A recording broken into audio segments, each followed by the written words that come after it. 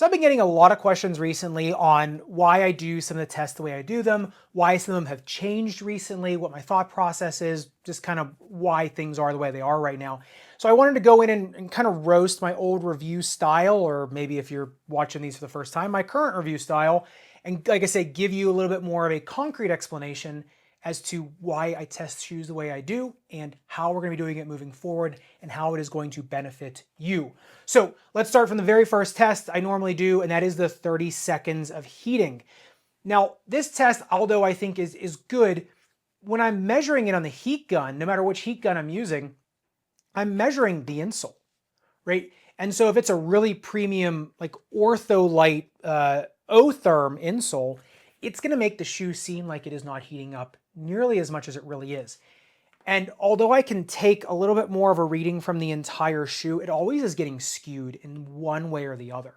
And so I found that this test and the heat gun, even though you have it on the same setting all the time, it's never pumping out consistent heat. It's always a little bit. I've been checking it. I was just really, when I finally went back and looked at how I'm doing these things to kind of develop the style of this channel, I'm like, this is worthless. I mean, it gives you a relative idea of what's going on, but if you're trying to pinpoint an exact temperature of the shoe heating up, the way I do it, I just don't think it's good for a broad overview, but it is not, the numbers are, I think, are misleading sometimes because of how insoles are getting at this point too. So I think that's why now the next test, the fog machine, that one I think is a lot more representative.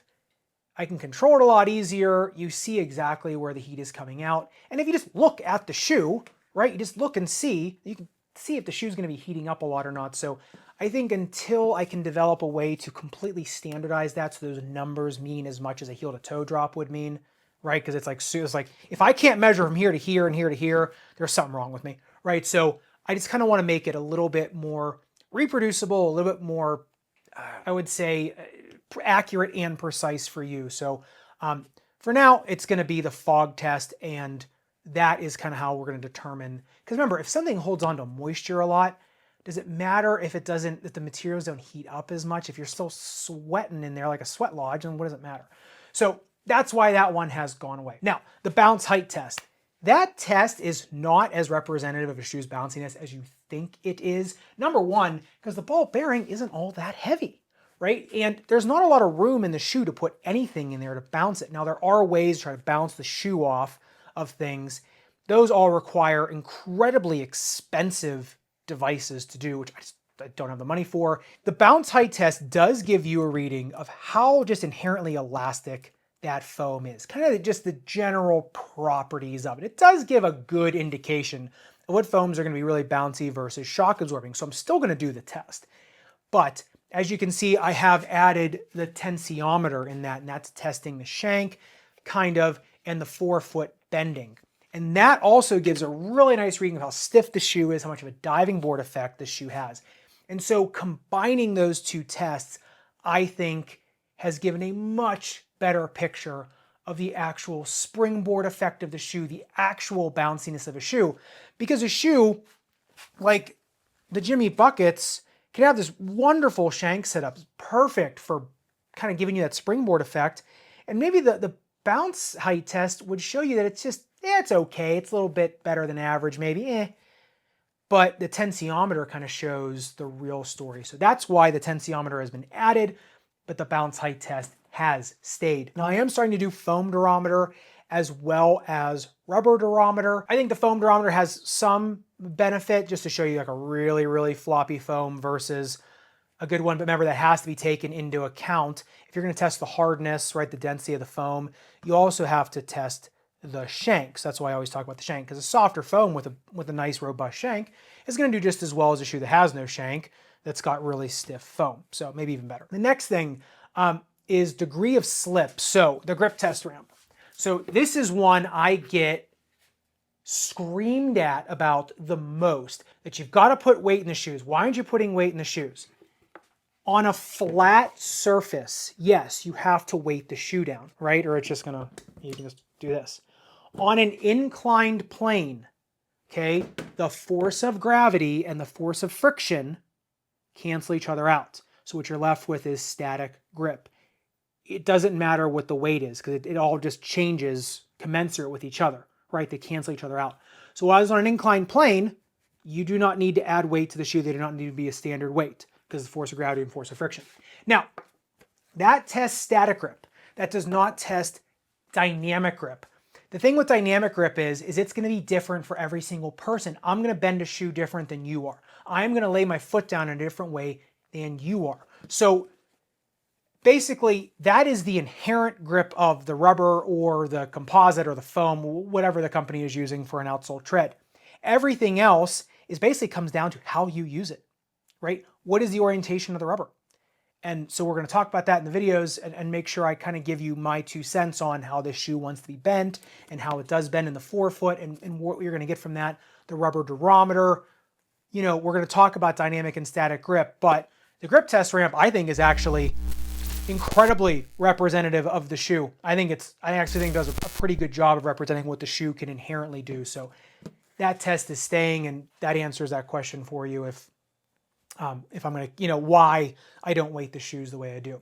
Now, the shank score and the speed ratio. I do think that a shank score is okay, but I really only did it to do the speed ratio. And honestly, the speed ratio, it's too influenced by the inherent elasticity of the foam. It doesn't take into account a lot of other things. So the shank score, in so many videos, all I keep saying was, well, this is like a video where the shank score is really kind of misleads you. And I just kept saying that over and over again. I'm like, okay, then why am I even doing it, right? So yeah, we're going to talk about the tensiometer and the bounce height test. And that's how we're going to talk about the speed of the shoe. But the shank score, or I should say the speed ratio, although it's a fun thing to calculate, I think it's a little bit, it misrepresents a lot of shoes on the heavier end of the spectrum. All right, getting into the fit, the inflare of the shoe, obviously that means a ton to people. Length, metatarsal width, the toe box width. Just drives me nuts. Okay, so most people want, the thumb width here. The toe box really is diagonal. The problem with that is then the shape of the shoe. And so I am just going to start doing it with the thumb and then the metatarsal width. And that's going to be how we compare. The other thing is the inflare, or not the inflare, the taper of the toe box. Right now, I'm in the middle of making an actual last of a shoe that has the points on it that's going to correspond with the shoe and get a much more accurate inflare. So that test is coming, but all that is going to stay, all those measurements for that. The resting position of eversion, all that means is that's how the shoe sits on the floor. Does it sit everted, which is tilting outward? Does it sit flat? Really, if a basketball shoe sits inverted, there's a bigger problem there. They sit everted so that they stop ankle sprains. But what we want to see is when you push down into the shoe, does it evert too much to allow overpronation? I was doing it with the tensiometer. I was actually pushing into the shoe for a minute to try to get, it's too hard to calculate, so I'm just going to do it with my body weight again. I know it's not 100% standardized because my weight goes up and down, but to me it just represents an actual tennis or basketball or running move, or volleyball, pickleball move more than just a straight tensiometer going into the foot. If I ever do get like a standardized testing machine, maybe I'll do it that way, but that's why I did that. The heel width and the narrowest midfoot, sometimes I also can be misrepresented by how the stitching in the shoe or the insole, or how the insole flares up on the shoe. And so a lot of times you can be riding up on the inside of the uppers where it's like that's what it's designed for. Like it's designed to have polyurethane or something, or TPU up here so that you're actually sitting on part of the uppers, and then my measurement doesn't take that into account. So the shoe's just being made too differently now, and I think it doesn't really do much. Okay, the universal rating system. Yeah, that's staying. I love the URS. It's not the end all be all, right? There could be a shoe with a low URS that I particularly like. There could be a shoe with a really high URS that I think is, just because it ticked all the boxes doesn't mean I think it's the greatest shoe ever. But I think it is a good way just to think about the shoe, and it's a good way to break down maybe what you would want in a shoe more than other people would. So URS is going to stay, and honestly, I'm not going to change much of it, to be honest. I kind of like the way it is. The only thing is like running shoes, it doesn't take into account a lot with running shoes as much as it would with a court shoe like tennis or basketball. But I think it does well enough to score the shoe, and it touches on the right things. Like I said, I think the biggest things I think I was putting too much emphasis on the heating, too much emphasis on the bounce height test. I would like to be able to get a heavier ball bearing, a bigger one to kind of more represent the foot. I think in time that'll happen. I do have a new heat gun too that I'm going to try to retrofit with. People keep asking me to make a shoe last shape of this or a foot shape of this so that the fog goes into the shoe more like a foot would. So I am working on that. I'm doing some plaster molds to kind of see like what, or fiberglass molds, sorry, to see how I can do that. So I am trying. All this stuff takes time. I'm still trying to nail down the format of these reviews anyway, so they might change here or there a little bit. And if they do, I'll let you know. So love to hear your thoughts in the comments down below. If there's tests you would like to see me do that I am not doing, let me know. And if there's stuff that I am doing that you think stupid, let me know too. Like I said, these reviews are for you, right? Just as much as for me. So if there's something you think is valuable to see that is within reason that I can do by myself, let me know in the comments. And if you want to see a review on any of these brand new shoes, Shea 1, Freak 7, CT Rally 2, Jaw 3, make sure you click into any of these videos right here. And I'll see you in the next video.